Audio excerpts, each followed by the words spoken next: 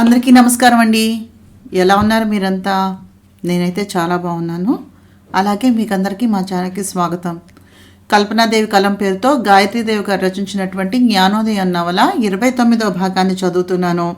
రాజేంద్ర ప్రసాద్ తమ తమ ప్రాంతాలలో అనేక రకాలైనటువంటి ఫ్యాక్టరీలను స్థాపించారు. ఆ విషయం విన్నటువంటి శ్రీనివాస్ కూడా తమ అన్నయ్యను దగ్గర పెట్టుకుని గౌరీపురం నుంచి బెంగళూరు వరకు రకరకాల సంస్థలు పరిశ్రమలు నెలకొల్పి సిటీ కాంప్లెక్స్లను కట్టించి గౌరీపురాన్ని గౌరీపట్నంగా మార్చేశాడు. 3 నెలల కాలంలో ఏ చందా ఇచ్చినా ఏ విరాళం ఇచ్చినా ఆనంద భూపతి పేరు మీదుగా ఇప్పించేవాడు భార్య చేత.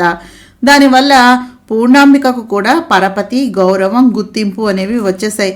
ఆ సంగతులన్నీ కూతురు ద్వారా విని ఆనంద భూపతి గారు చాలా సంతోషించారు. వైశాఖ పూర్ణిమ వసంత ఋతువులో చంద్రకిరణాలలో జలకాలాడుతూ ఉండగా రాధికతో క్రీడించి అలసిపోయినటువంటి కృష్ణ చైతన్య ఆమెను గుండెలకు హత్తుకుని వీపును నిమురుతూ హఠాత్తుగా నవ్వాడు. ఏం గుర్తుకొచ్చింది ఇప్పుడు? ఆశ్చర్యంగా తలెత్తి ప్రశ్నించింది రాధిక. ఒకవేళ అమ్మ ఆశీర్వాదం నిజమైతే అన్నాడు నవ్వే కళ్ళతో. నాకేమీ అర్థం కాలేదు. ఏం విషయాలు అడిగింది రాధిక. అమ్మ నీకు కూడా అరటిపండు ఇచ్చింది కదూ అన్నాడు అలాగే చూస్తూ. ఇచ్చారు. ఇస్తే ఏమిటిప్పుడు? రాధిక కళ్ళు పెద్దవి చేసి మరీ చూసింది అతన్ని అర్థం కానట్టుగా. పిచ్చి మొద్దు, అమ్మ ఎవరికైనా పండిస్తే ఏం జరుగుతుంది? తన నుదురుతో రాధిక నుదురును ఢీకొట్టి కొంటిగా ప్రశ్నించాడు. పండు ఇస్తే మగపిల్లవాడని, పువ్వు ఇస్తే ఆడపిల్ల అని మీరే చెప్పారుగా, అయితే అంటూ నాలిక కరుచుకుని కృష్ణ వైపు దిగ్భ్రమగా చూసింది. అదే, మనకి పెళ్ళి కాకుండానే పిల్లలు పుడితేనో అన్నాడు ఆలోచనగా. పుట్టకుండా జాగ్రత్తలు తీసుకోవటం లేదా? అప్పుడే ఆ సంగతి స్మృతి పథంలోనికి వచ్చినట్టుగా కలవరంగా చూసింది రాధిక. నిన్నగాక మొన్న విషం తిని భగవంతుని దయతో మళ్ళీ బతికింది.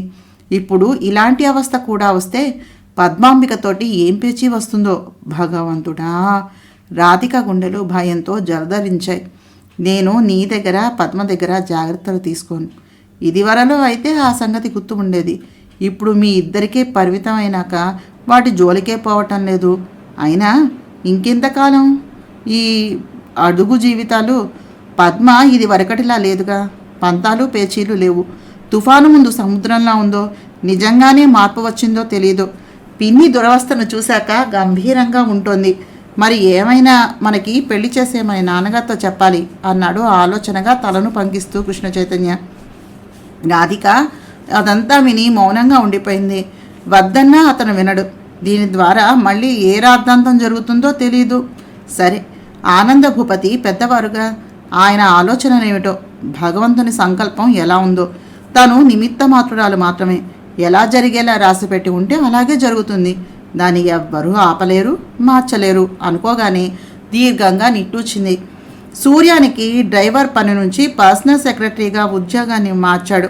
అతను BA చేశాడని రాధను ఆపత్కాలంలో ఆదుకున్నటువంటి లారీ డ్రైవర్ గోవిందుకు రాధ కారు డ్రైవర్గా ఉద్యోగాన్నిచ్చి అతని తాలూకు నిరుద్యోగులందరికీ లారీలను కొని డ్రైవర్లుగా, క్లీనర్లుగా, అటెండర్లుగా, వాచ్మెన్లుగా అర్హతలను బట్టి ఉద్యోగాలను ఇచ్చి నమ్మకంగా, నిజాయితీగా, విశ్వాసపాత్రంగా ఉండే వాళ్ళందరినీ ఆదుకుని అన్నం పెట్టి ఉపాధులు కల్పించేటటువంటి కల్పతరువుగా మారిపోయాడు కృష్ణ చైతన్య. ఆ కొద్ది కాలంలోనే ఇద్దరు తోడళ్ళు ఒకరితో మరొకరు పోటీ పడుతున్నారా అన్నట్టుగా శ్రమిస్తూ ఉన్నారు. దేవీపురం హైదరాబాదు వరకు దేవీపట్నంగా మారిపోయింది. రాజేంద్ర ప్రసాద్ ఆధ్వర్యంలో దేవీపురానికి దివాన్గా మారినటువంటి మూర్తి గారికి దివాణం దగ్గరే ఓ చక్కని భవనాన్ని నిర్మించి 5 ఎకరాల వరి చేను, 5 ఎకరాల కొబ్బరి తోట రాసిచ్చి 1,00,000 రూపాయలు జీతం ఇస్తూ నమ్మకంగా నిజాయితీగా ఉండేవాళ్లను యాజమాన్యం ఏ విధంగా గౌరవిస్తుందో ఉదాహరణగా చూపించాడు రాజేంద్ర. దివాణానికి దగ్గర ఏటికట్ట పైన అత్యద్భుతంగా నిర్మించబడుతూ ఉన్నది గుడి. రాఘవేంద్ర భూపతి ఆధ్వర్యంలో హాయిగా ఏటి ఒడ్డున చల్లగాలి పీలుస్తూ తన సౌకర్యార్థం అక్కడ మనవడు టెంపరీగా నిర్మించినటువంటి ఫామ్ హౌస్లో విడిది చేశారాయన. పగలంతా ముగ్గురు అక్కడే ఉంటున్నారు. ఉదయం 6 అయ్యేసరికి లేచి స్నానాధికాలను ముగించి ఓ గంట దైవధ్యానాన్ని చేసుకునే రాజేంద్ర ప్రసాద్ని చూసి సిగ్గుపడి తను లేచి స్నానం చేసి దేవుని ముందు దీపం పెట్టి పూజ చేసుకుని 8 అయ్యేసరికి తయారయ్యేది స్వర్ణ. అప్పటికి తను కూడా గీతాపారాయణను పూర్తి చేసి వచ్చేవారు తాతగారు. ఆ ముగ్గురు ఒక్కసారే కాఫీ టిఫిన్లు ముగించుకుని కారులో బయలుదేరి దేవీపురానికి వెళ్ళి అక్కడ తాతగారి గుడి దగ్గర డ్రాప్ చేసి స్వర్ణను ఫ్యాక్టరీ ఆఫీసుకు చేర్చి తను మాత్రం తిరిగే పనులన్నీ చక్కబెట్టుకుంటూ బిజినెస్ సంగతులను చూసుకునేవాడు రాజన్న. కారణం ఫ్యాక్టరీ స్వర్ణది, అధికారం కూడా ఆమెదే, నిర్ణయాలు కూడా ఆమె తీసుకోవాలి. తను కేవలం సలహాలు మాత్రమే ఇస్తున్నాడు. తాతగారి తాలూకు బిజినెస్లు వారసుడిగా తనవి. ఇంట్లో ఉండి గతాన్ని తలుచుకుని చెల్లెలు కుమిలిపోకూడదనే కృష్ణ చైతన్య ఆలోచన అతనికి చాలా బాగా నచ్చింది. అందుకే ఆమెను ఎండీగా చేశాడు. నిజంగానే స్వర్ణకు అసలు టైం తెలియదు, మిగలదు. అనుభవజ్ఞుడైనటువంటి రాఘవేంద్ర భూపతి తమ్ముడు వరస అయినటువంటి శంకర భూపతి గారి దగ్గర ట్రైనింగ్ అవుతూ ఆఫీస్ పనంతా తానే నేర్చుకుంటోంది స్వర్ణ. మధ్యాహ్నం ఫామ్ హౌస్లో తాతగారితో పాటు భోజనం చేసి మళ్ళీ భర్త వెంట ఆఫీస్కి వెళ్ళి సాయంత్రం 5 అయ్యాక మళ్ళీ ముగ్గురు కలిపి ఇంటికి చేరుకుంటున్నారు. రాత్రి భర్త సరస సల్లాపాలతోటి 10 దాటిపోయాక నిద్రకు ఒరుగుతుంది స్వర్ణ. చిన్నప్పటి స్వర్ణకి తనకి అసలు పోలికే లేదు అనిపిస్తుంది. ప్రతి ఇన్సిడెంట్ని ఇటు తాతగారికి అటు తండ్రికి కూడా ఫోన్ చేసి చెబుతూ ఉంటుంది. అల్లుడి రూపంలో తనకు దొరికినటువంటి రాజన్న ప్రసాద్ శక్తి సామర్థ్యాలు, ప్రజ్ఞా పాఠవాలు, హృదయ ఔన్నత్యము తెలిసి ముగ్ధులయ్యారు ఆనందభూపతి. అటు శ్రీనివాస్ కూడా రాత్రి పగలు కష్టపడి పనిచేసి ఫలితాన్ని పొందుతున్నాడు. కొడుకు కూడా 2 భార్యలతోనూ స్థిరపడితే బావుండునని కోరుకుంటోంది ఆయన పితృహృదయం. కానీ దైవ సంకల్పం ఆయన విషయంలోనే మరో మలుపును తిరగబోతూ ఉందని ఏం తెలియదు కదా ఎవరికి. సుచిత్ర ఫోన్ చేసింది రాధికకి. మాట్లాడే పనుందని వస్తున్నానని. ఆవిడ ఏ సమస్య అయినా కృష్ణ చైతన్యతోటి సంపాదిస్తుంది కానీ రాధిక వరకు రాదు. కారణం రాధిక అస్వతంత్రురాలని ఆవిడకు బాగా తెలుసు. అలాంటిది తనతో ఏం మాట్లాడబోతోంది అనుకుంటూ ఎదురు చూస్తూ కూర్చుంది. డ్రైవర్ గోవిందును పంపించింది ఆవిడ క్వార్టర్స్కి. సుచిత్ర హైదరాబాద్లో తన ఇంటిని బరోడా బ్యాంకుకు అద్దెకిచ్చి అక్కడి తన సామానుతో పాటుగా పనివాళ్లను కూడా తీసుకుని వచ్చి కృష్ణ చైతన్య తనకు ఆఫర్ చేసినటువంటి క్వార్టర్స్కి వచ్చేసింది. ఆవిడ వచ్చి ఫోన్ చేశాక తల్లిదండ్రులను తీసుకుని ధనుంజయ్ కూడా అక్కడకు వచ్చేశాడు. వైశాఖ మాసం రాగానే ఆ ఇద్దరూ కలిసి బతకటం ప్రారంభించారు. బ్రాహ్మలావిడను వంట మనిషిగా పెట్టుకుంది ఆవిడ, అత్తమామల కోసమని. ఆనాడు వద్దనుకున్న కోడలి దగ్గరే ఇప్పుడు తలదాచుకున్నారు వాళ్ళు. కారు వచ్చి రాధాంబికాదేవి మందిరం ముందు ఆగగానే చూస్తూ ఉన్న పుస్తకాన్ని మూసి లేచి రాబోతూ ఆగిపోయింది రాధిక. సుచిత్ర ఒంటరిగా రాలేదు. వెనకన 2 ఆడవాళ్లు కూడా ఉన్నారు. ఒక సంచి, చంకల్లో మూటలతోటి అచ్చు చాలా పాతకాలం వాళ్ళల్లా ఉన్నారు. రండి కూర్చోండి, చిరునవ్వుతోటి ఆహ్వానించింది రాధిక. రాధా, ఈవిడ పేరు శేషమ్మ గారు. ఈ అమ్మాయి ఈవిడ కూతురు మోక్షలక్ష్మి అని ఇద్దరినీ పరిచయం చేసింది సుచిత్ర. రాధిక చేతులు జోడించింది. ఆ పిల్ల నా కూతురు, పేరు రాధిక అని వాళ్లకు చూపించింది. ఇద్దరూ కళ్ళు వదిలి సంభ్రమాశ్చర్యాలతో చూడసాగారు రాధికను. నరసమ్మని కూల్ డ్రింక్స్ తెమ్మని ముగ్గురికి ఇచ్చి తను కూడా తీసుకుంది. వాళ్ళు చాలా కొత్త లోకంలో అడుగు పెట్టినట్టుగా ఫీల్ అవుతూ మొహమాటంగా చుట్టూతా చూస్తూ వాటిని తాగుతూ పెద్ద పెద్ద కళ్ళు చేస్తూనే ఉన్నారు. సినిమాల్లో లాగా ఉంది రాజమహల్ లాంటి ఇల్లు. ఎక్కడ చూసినా ఐశ్వర్య చిహ్నాలతోటి ఇల్లు ఇంద్రభవనంలా. ఇంట్లో ఉన్న అమ్మాయి ఇంద్రాణి సచీదేవిలాగా అందము, సుగుణము, వినయము, సంస్కారము, అపురూపమైనటువంటి లావణ్యం. నేనంటూ పోటీలు పడుతున్నట్టుగా కనిపించింది. చెప్పండమ్మా, ఏదో మాట్లాడాలన్నారు, గుర్తు చేసింది రాధిక వాళ్ళను చూపిస్తూ. వీళ్ళ గురించేనమ్మా. ఈవిడ మా ఊరి కరణం గారి 2వ భార్య. మొదటి భార్యకు 3 కొడుకులు పుట్టాక ఆవిడ యాక్సిడెంట్లో పోయింది. తర్వాత ఆయన ఈవిడను చేసుకున్నారు. ఈ అమ్మాయి పుట్టింది. ఆయన తండ్రి కాలం చేసిన రోజున పుట్టిందని మోక్షలక్ష్మి అని పేరు పెట్టారు. పిలవటం మాత్రం మోక్ష అనే పిలుస్తారు. ఒక్క కొడుక్కి విద్య అబ్బక, సంపాదన చాలక ఈ పిల్ల చిన్నతనంలోనే ఆయనకు పక్షవాతం వచ్చి మంచం ఎక్కడంతో ఒక 80 ఏళ్ల ముసలాయనకు 10 ఏళ్ల వయసున్న ఈ పిల్లను కన్యాశుల్కం ఇచ్చి పెళ్లి చేసి ఈ పిల్ల గొంతును కోసేశారంతా. 6 ఎకరాల ఆస్తిని, ఆ ఇంటిని స్వాధీనం చేసుకుని తల్లిని, ఈ పిల్లను పని మనుషుల కంటే ఘోరంగా చూస్తూ ఇంత ముద్ద పడేసి ఇంటెడు చాకిరీ చేయించుకుంటూ ముసలాయన చచ్చిపోయాక ఈ పిల్లను ముండమోపిని చేసి ఇప్పటి వరకు విదుపు కూడును పడేస్తూ వచ్చారు. 2 నెలల క్రితం కరణం గారు కూడా పోయారు. వీళ్ళు ఇద్దరు బరువైపోయారని అన్నింటి మీద సన్నక్కాలు చేయించుకుని తల్లిని పిల్లను బయటకు నెట్టేశారు. 10 రోజులుగా నా అడ్రస్ కోసమని చాలా కష్టపడి సంపాదించి నిన్న రాత్రి నా ఇంటికి వచ్చారు, ఏదైనా ఉపాధిని చూపించమంటూ. ఇదివరకటిలా ప్రాక్టీస్ ఉన్నట్లయితే నర్సుగానైనా కాస్త నా హాస్పిటల్లో ఉద్యోగాన్ని ఇచ్చేదాన్ని. ఇప్పుడు నేనే మీ సంస్థలో పనిచేస్తూ ఉంటే వీళ్ళకి ఏం చూపించను చెప్పు? మగవాళ్ళైతే అల్లుడి గారికి అప్పగించేసేదాన్ని. ఆడవాళ్ళు కదా, అందుకని ఈ ఇద్దరి బాధ్యత నీకు అప్పగించి వెళదామని వచ్చాను. ఇక వీళ్లకు నువ్వే ఏదో ఒక దారిని చూపించాలి అంది చెప్పటం ఆపుతూ సుచిత్ర. ఆవిడకు అప్పుడే 5వ మాసం వచ్చింది. శేషమ్మ గారు వేలుముడితోటి, మెడలో పగడాల దండతోటి, నుదుట విభూతి రేఖతోటి, రంగు చీరలో పచ్చగా పొట్టిగా కొంచెం పుష్టిగా 60 సంవత్సరాల వయసుతో ఆరోగ్యంగానే ఉంది. చింత అంతా కూతురు గురించే అని తెలుస్తూనే ఉంది. కొంచెం కోపం, చాలా మంచితనం, నిండుతనం కలబోసినటువంటి గంభీరమైనటువంటి విగ్రహం ఆవిడది. ఇంకా మోక్షలక్ష్మి ఎరుపు తెలుపు కలబోసిన రంగుతో ముట్టుకుంటే కందిపోయేంత అందంగా అమాయకంగా, చెంపకు చారెడు కనులతోటి, వినయ విధేయతలతోటి, 5 అడుగుల మూర్తివంతమైనటువంటి ఆకృతితో, 40 సంవత్సరాల వయసుతో, మగవాడి ముఖం ఎరగనటువంటి కన్య కుసుమంగానే సన్నగా పొడుగ్గా సుకోమలంగా మంగళకరమైనటువంటి విగ్రహంతో, అసాధారణమైనటువంటి వ్యక్తిత్వంతో పూజ్యభావాన్ని కలిగించేలా ఉంది. తెల్లని ఆకుపచ్చ అంచున్నటువంటి ముతక చీర, తెల్లని బ్లౌజు చినిగి అతుకులతో ఉంది. చెవులు మెడ చేతులు కూడా బోసిగా ఉన్న ఆ చల్లని నిండైనటువంటి చిరునవ్వుతో, ఎంత కష్టమైనా భరించే ఓర్పుతో నిండుగా దంతపు విగ్రహంలా మెరిసిపోతూ ఉంది.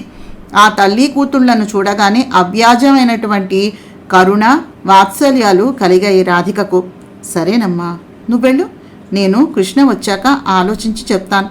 మామయ్య కూడా కాదనరుగా, ఈ రాత్రి నా దగ్గరే ఉంటారులే. రేపు వీళ్ళ భవితవ్యాన్ని భగవంతుడే నిర్దేశిస్తాడు అంది చిరునవ్వుతోటి తల్లికి భరోసా కలిగిస్తూ. థ్యాంక్ యూ రాధా, నువ్వు కాదనవని నాకు ముందుగానే తెలుసు. అందుకే అంత నమ్మకంగా తీసుకుని వచ్చి నీకు అప్పగించాను. ఇంకా వెళ్ళొస్తాను మరి అంటూ లేచింది సుచిత్ర. ఆవిడను కారు దాకా సాగనంపి సుచిత్ర దింపి రమ్మనమని గోవిందుకు ఆదేశించి, అమ్మా మీరు భోంచేశారా అంది అప్పుడే గుర్తు వచ్చిన దానిలా. చేశాను తల్లి. సుచిత్రమ్మ కడుపు నిండా పెట్టే తీసుకుని వచ్చింది. తనవి 4 చీరలు కూడా ఇచ్చింది. కాకపోతే అవి నా కూతురు కట్టదు. మొగుడు చచ్చాక తెల్లగుడ్డలే దాని బతుకైపోయిందమ్మా అంటూ ఉంటే ఆవిడ కంఠం దుఃఖంతో గద్గదంగా మారిపోయింది. ఇంకేమీ పర్వాలేదండి, భయపడకండి. మీ కూతురు బట్టలే కాదు, బతుకు కూడా మారిపోతుంది అంటూ ఉంటే ఆమె కళ్ళ ముందు ఆనందభూపతి నిలిచారు. తన ఆలోచనకి తనకే గుండె జల్లుమంది. కానీ ఎందుకో అదే భావం ఆమె మనసంతా పాకి ఉద్విగ్నత కలిగిస్తూ ఉంటే దాని నుంచి బయటపడాలని వాళ్లకు ఇల్లంతా తిప్పి చూపించి పైన తన గది పక్కనే ఉన్నటువంటి గదిని ఇచ్చింది. మరి రాత్రి మా పని మనిషి వంట భోంచేస్తారా మీరు అంది. బ్రాహ్మలు కదా అని గుర్తుకు వచ్చి, నేను వండుతానులేమ్మా అన్నారావిడ. కమ్మగా శేషమ్మ గారి వంట కడుపు నిండా భోజనం చేసి పైకి వచ్చి కృష్ణ చైతన్య కోసమని ఎదురు చూస్తూనే నిద్రలోకి జారిపోయింది రాధిక. అతను రాధికను లేపకుండా ఆమె పక్కనే పడుకుండిపోయాడు. 12 గంటలకు వచ్చి పాలు తాగి భోజనం వద్దంటూ. నిద్ర మెలకువ కాని పరిస్థితిలో ఉన్నారు రాధాకృష్ణలు. అతి చిత్రంగా ఒకే కల. జ్ఞానాంబికాదేవి వచ్చి కాషాయం వస్త్రాల్లో ఆ ఇద్దరి ముందు సాక్షాత్కరించింది. ఇద్దరూ వినమ్రులై నమస్కరించారు. ఆ ఇద్దరి తలలను నిమిరింది ప్రేమగా. కృష్ణ, నువ్వు నిద్ర లేచాక నీకొక పవిత్ర స్త్రీమూర్తి కనిపిస్తుంది. ఆవిడను మీ నాన్నగారికిచ్చి పెళ్లి చెయ్యి. ఆవిడ భగవద్ నిర్ణయంతోనే మిమ్మల్ని వెతుక్కుంటూ రావటం జరిగింది. ఈ వివాహం ముఖ్యంగా నా కోసం. ఎందుకంటే ఆనందభూపతి రోజు వచ్చి నా సమక్షంలో కూర్చుని పశ్చాత్తాపంతో దృగ్గిళ్ళ పడిపోతూ ఏడుస్తున్నారు. తోడు కావాల్సింది ఈ వయస్సులోనే కదా. గట్టిగా 50 ఏళ్లైనా నిండలేదు. ఆ మనిషి ఒంటరితనాన్ని భరించలేకపోతున్నారు. ఆయనకు మంచి వయస్సులో నేను దూరం అయిపోయాను కనుక కనకం కోసమని వచ్చింది. కర్మశేషం అనుభవించి చేసిన పాపాలకు ప్రాయశ్చిత్తాన్ని అనుభవిస్తూ అలాగే ఈ లోకాన్ని వదిలేస్తుంది. ఆవిడకు తగ్గటం వెనక్కి రావటం ఇక మీదట జరగదు. మీ నాన్నకి ఇంకో మగపిల్లవాడు పుడతాడు. పూర్ణిమ కూతుర్ని పెళ్లి చేసుకుంటాడు. నీ తర్వాత మళ్ళీ నీలాగే ప్రజల కోసం అంటూ బతుకుతాడు. వాడికి విష్ణుచరణ్ అని నామకరణాన్ని చేయించు. పూర్ణాంబిక కూతురుకు లక్ష్మీప్రియ అని పేరు పెట్టించాలి. ఆ ఇద్దరి చేత మెడిసిన్ చదివించు. ఆ ఇద్దరు అనాథలకు అభాగ్యులకు వైద్యం చేసి ప్రాణాన్ని పోస్తారు. దివాణాన్ని ఆసుపత్రిగా మార్చు. నీ కొడుకు కలెక్టర్ అయి వచ్చి నీ తర్వాత దీనజనోద్ధరణ కార్యక్రమాన్ని ప్రారంభిస్తాడు. రాధికకు నీ ద్వారా కొడుకు పుట్టి వంశవృక్షాన్ని విస్తరింపజేస్తాడు. పద్మకు ఆడపిల్లే పుట్టి మీ అక్క ఇంటికి కోడలిగా వెళ్తుంది. నీ చెల్లెలి కూతురు నీ కోడలుగా వస్తుంది. మీ అక్క ఆడ మగ కవల పిల్లలకు కంటుంది. నేను మీ నాన్న నాకు అన్యాయం చేశారు అనుకుని బాధపడుతూ ఉంటే ఆయన ఎదురుగా ఉండి ధ్యానాన్ని చేసుకోలేకపోతున్నాను. నేను ఈ జన్మలోనే తరించి కైవల్యాన్ని పొందాలంటే మీ నాన్న దృష్టి నా మీద నుంచి మళ్ళాలి. అలా మళ్ళాలి అంటే దానికి ఆయన పెళ్ళే మార్గం. కాబట్టి నాకు ఈ ఉపయోగాన్ని చెయ్యి. తద్వారా మాతృ రుణాన్ని తీర్చుకో. మరి ఉంటాను అంటూ అదృశ్యమైపోయింది ఆవిడ మూర్తి. వెంటనే ఆ ఇద్దరికి మెలకువ వచ్చింది. టైం చూస్తే 5 కావస్తోంది. అప్పుడప్పుడే ఆకాశంలో వెలుగురేఖలు ఉత్పన్నమవుతూ ఉన్నాయి. వేసవి కాలం వల్ల గబాల్న లేచి కూర్చుంటూ ఇది కళ అన్నాడు ఆశ్చర్యంగా చూస్తూ. అయితే మీకు కూడా కళ వచ్చిందా అంది రాధిక. మొట్టమొదటిసారిగా అమ్మ కళలోకి వచ్చింది అన్నాడు సాలోచనగా చూస్తూ. చిత్రంగా ఉంది. నాకు అత్తయ్య కనిపించారు అంది లేస్తూ రాధిక. కనిపించి ఏం చెప్పింది కుతూహలంగా అడిగాడు. మీ నాన్నగారికి మరేమో మళ్ళీ అదే పెళ్లి చేయమందా ఉత్సాహంగా అడిగాడు తను పూర్తి చేస్తూ. అరే మీకెలా తెలిసింది దిగ్భ్రమగా చూసింది కృష్ణ చైతన్యను. నాకు నీకు ఒక్కసారే కనిపించి ఒకే సంగతిని చెప్పిందన్నమాట తల పంకిస్తూ అన్నాడు రాధను దగ్గరకు లాక్కుని బుగ్గ కొరుకుతూ. మీ రాసలీలలకు ఇదేమీ సమయం కాదు. ముందు మీ నాన్నగారి సంగతిని ఆలోచించాలి కదా. లేవండి పెళ్లి కూతుర్ని చూద్దాం అంది మంచం దిగుతూ. చూడాలంటే వెతకాలి కదా. వెతకటం ఎందుకు సిద్ధంగా ఉంది. మీదే ఆలస్యం అంది నవ్వుతూ. Is it what a wonder సంభ్రమంగా చూశాడు. రాత్రి మీరు రాగానే చెబుదాము అనుకున్నాను. ఇంతలో నిద్ర పట్టేసింది. మీరు తయారై వస్తే మీకు చూపిస్తాను. తర్వాత మీ నాన్నగారిని ఒప్పించే బాధ్యత మాత్రం మీదే అంది తను తప్పుకుంటూ. చిత్తం దేవిగారి ఆజ్ఞ. పెళ్లి కూతుర్ని చూసి పెట్టినందుకు నా thanks. No thanks, it's my duty. అతని బుగ్గగిల్లి పారిపోయింది రాధిక.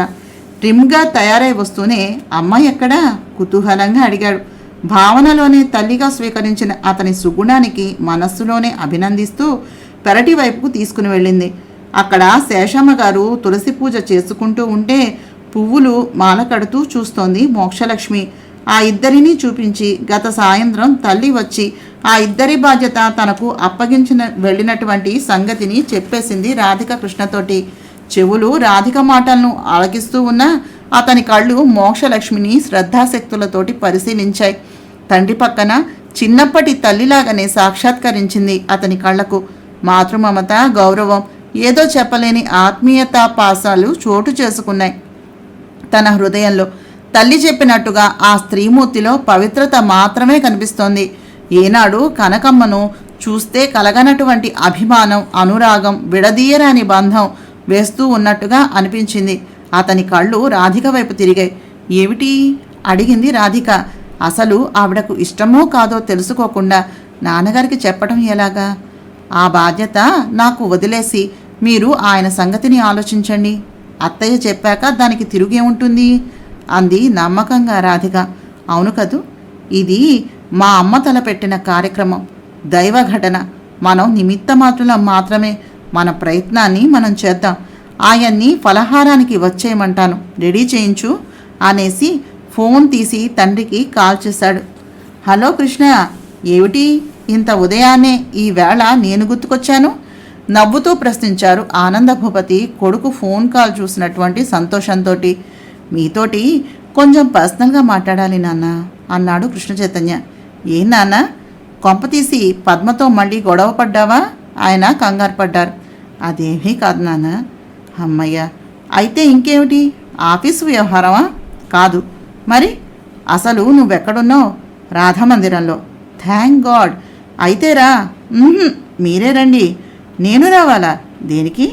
నిన్న రాత్రి అమ్మ నా కలలోకి వచ్చి ఒక ముఖ్యమైన పనిని నాకు అప్పగించింది. Is it? జోక్ కాదుగా కృష్ణ? అమ్మ పూజిస్తున్న దైవం మీద ఒట్టు నాన్న. రండి త్వరగా, మీకు చెప్తాను కదా విషయం ఏమిటో. సరే వస్తున్నాను. నాకేమిటో చాలా కంగారుగా ఉంది నాన్న అంటూ ఉంటే ఆయన కంఠం చెప్పలేని ఉత్కంఠతతోటి ఉణికింది. ఫోన్ ఆఫ్ చేసి తండ్రి కోసమని హాల్లోనే ఎదురు చూస్తూ పచార్లు చేస్తూ ఉన్నాడు కృష్ణ చైతన్య. నదురు బెదురు లేకుండా తండ్రితోటి ఎలాంటి విషయమైనా డిస్కస్ చేసే అతనికి ఈ సంగతి ఎలా చెప్పాలి, ఏ విధంగా హ్యాండిల్ చేయాలి అనే ఎగ్జైట్మెంట్ కలిగిపోయింది. పోర్టుకోలో కారు దిగి నైట్ డ్రెస్లో అలాగే వచ్చారు ఆనంద భూపతి. ఆయన్ని తన గదిలోనికి పైకి తీసుకుని వెళుతూ, రాధా ముందు కాఫీలు పంపించు అని ఆదేశించాడు. తండ్రిని కూర్చోబెట్టి తను కూడా కూర్చుంటూ, మీరు నా కోరిక ఒకటి తీర్చాలి నాన్న అన్నాడు సంభాషణకు నాంది వాక్యంగా కృష్ణ చైతన్య. ముందు అమ్మ ఏం చెప్పిందో చెప్పరా? నాకు ఏమిటో చాలా టెన్షన్గా ఉంది. ఒకటేమిటి, తర్వాత 100 కోరికలైనా తీరుస్తాను అన్నారు ఆత్రంగా. అదే ఇది, అమ్మ ఏం చెప్పినా చేస్తారా? పరీక్షగా చూశాడు. ఏమైనా చేస్తాను. మీ అమ్మ కోసం నా ప్రాణం ఇమ్మన్నా సిద్ధంగా ఉన్నాను. ఏమిటది? నా చేతిలో చెయ్యి వేసి అమ్మ కొలిచే స్వామివారి సాక్షిగా ప్రామిస్ కావాలి. మరి ప్రామిస్. కొడుకు చెయ్యి అందుకుని అందులో తన చేతిని వేశారు. ఇది నా కోరిక కాదు, అమ్మ కోరిక. చెప్పనా మరి? నిరభ్యంతరంగా చెల్లిస్తాను. ఏమిటో చెప్పు అన్నారు ఉద్విగ్నంగా చూస్తూ. అయితే మేం చూపిన శ్రీమూర్తిని మీరు పెళ్లి చేసుకోవాలి కామ్గా అన్నాడు. పెళ్ళా? నేనా? మతుండే మాట్లాడుతున్నావా? నవ్వు తాలికి ఇది సమయం కాదురా. నేను నవ్వులాటగా చెప్పటం లేదు నాన్న, నిజమే చెప్తున్నాను అంటూ తెల్లవారుజామున కలలో తనకి రాధకు కనిపించి జ్ఞానాంబికాదేవి చెప్పిన విషయంతో పాటుగా సుచిత్రాదేవి తీసుకుని వచ్చి అప్పగించిన ఆడవాళ్ల సంగతి కూడా చెప్పేశాడు. ఇంతలో రాధిక కాఫీలు మోక్ష చేత పట్టించుకుని వచ్చి కళ్ళతోనే మోక్షను మామగారికి చూపించింది చిరునవ్వుతోటి. వీరే మా మామగారు ఆనంద భూపతి, కృష్ణ వాళ్ళ నాన్నగారు. ఈయన కృష్ణ అని తండ్రి కొడుకులను పరిచయం చేసింది రాధిక. వినమ్రంగా నమస్కరించింది మోక్ష. సిగ్గుగా బిడియంగా తల పంకించారు ఆనంద భూపతి. ఆయన ముఖం ఎర్రగా జేవురించింది. ఆ అమ్మాయిని తీసుకెళ్లమన్నట్టుగా తల ఊపారు. మోక్షతో పాటుగా రాధిక కూడా బయటకు వచ్చేసింది. కృష్ణ చైతన్య తండ్రినే చూస్తూ కూర్చున్నాడు. ఈ వయసులో నాకు మళ్ళీ పెళ్ళా? వినేవాళ్లకు చూసేవాళ్లకు ఎంత హాస్యాస్పదంగా ఉంటుందో తెలుసునా? ఇంట బయట ఎలాంటి కామెంట్లు చేస్తారో కనీసం ఆలోచించావా అంటూ బిడియంతోటి తల వంచుకున్నారు ఆనంద భూపతి. నిజానికి తల వంచుకునే పని మీరు 20 ఏళ్ల క్రితం కనకమ్మను తీసుకుని వచ్చినప్పుడు చేశారు డాడీ. ఇప్పుడు చేసేది మా అమ్మ తృప్తి కోసం, ఆవిడ మనశ్శాంతి కోసం, ఇంకా ఆవిడకు కైవల్యం లభించడం కోసం చేసే మంచి పని. ఇది ఆవిడ మిమ్మల్ని కోరినటువంటి ఆఖరి కోరిక. ధర్మపత్నిగా ఆవిడ మెడలో తాళిని గట్టి మీరు తీర్చుకుంటున్నటువంటి రుణం. నా చేత పరుషంగా మాట్లాడించకండి ఇంతకు మించి అన్నాడు శాసనంగా కృష్ణ చైతన్య. అతనికి ఉన్నపాటుగా కోపం వచ్చేసింది. గతంలో ఒక్కసారిగా తల్లి పరిస్థితి గుర్తుకొచ్చింది. సరే సరే సరే ఓకే, మీకు లేని అభ్యంతరం నాకెందుకు? అయితే చాలా సింపుల్గా రహస్యంగా మీ అమ్మ సమక్షంలోనే చేసే, ఎవ్వరినీ పిలవకూడదు. నువ్వెప్పుడంటే అప్పుడు తాళి కట్టేస్తాను అన్నారు లేస్తూ. కించిత్ రోషంగా ధ్వనించింది ఆయన స్వరం. ఫలహారాన్ని చేసి మరీ వెళ్ళండి అన్నాడు ఆయన్ని ఆపుతూ. స్నానం చేయలేదురా అన్నారు ఆయన విసుగ్గా. ఇక్కడ చేయండి, బట్టలు నేను తెప్పిస్తాను. మీకు ఏకాంతం కావాలేమో, గోవాన్ అంటూ బయటకు వెళ్ళిపోయాడు కృష్ణ చైతన్య. బామ్మగారు, మీకు ఓ సంగతి చెప్పాలండి, ఇలా వచ్చి కూర్చోండి. ఆంటీ నువ్వు కూడా అంది మోక్షను పిలుస్తూ రాధిక. ఇద్దరూ వచ్చి ఆమె దగ్గర కూర్చున్నారు. నిన్న రాత్రి నాకు ఆయనకి ఓ కల వచ్చింది అంటూ అత్తగారు వచ్చి చెప్పినటువంటి విషయాన్ని చెప్పి మామగారికి మోక్షనిచ్చి పెళ్లి చేయమనేది దైవజ్ఞ, మా అత్తగారి శాసనం కూడా. మీ అభిప్రాయం ఏమిటో చెప్పండి సూటిగా ప్రశ్నించింది. మా మోక్షకి మళ్ళీ పెళ్ళా? అది మీ మామగారితోనా? నమ్మసఖ్యం కానట్టుగా మొహం పెట్టింది శేషమ్మ గారు. మోక్ష ముఖం కందగడ్డలా ఎరుపెక్కిపోయింది. రాధిక క్లుప్తంగా ఆవిడకు గతంలో జరిగినటువంటి కథను వివరించి జ్ఞానాంబికాదేవి కోరిక అని చెప్పింది.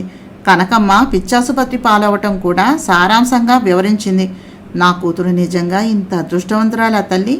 చిన్నతనంలోనే తలచెడి పువ్వు పూస ఎరగనటువంటి పిచ్చి మొద్దుల చాకరీయే దానికి జన్మకి ఒక ఆలంబనగా బతుకుతూ కర్మశేషాన్ని పూర్తి చేసుకోవటానికి నా కడుపున పుట్టిందని నిరాశగా బతికేస్తున్నటువంటి నాకు ఏవో సుందరలోకాలను చూపిస్తున్నావు తల్లి. ఇది కలో నిజమో, నేను బతికే ఉన్నానో చనిపోయి వేరే జన్మను ఎత్తానో కూడా అర్థం కావటం లేదు అందావిడ. మీరు అంటే సుందరలోకం నుంచి చూపించడం కాదు, ఆ సుందరలోకంలోనికి తీసుకుని వెళ్ళి అదృష్టమనే అందలాన్ని ఎక్కిస్తాను అంది రాధిక చిరునవ్వుతోటి. ఇంకా అంతా నీ దయ తల్లి. మా బతుకులు నీ చేతుల్లో పెట్టేస్తున్నాను.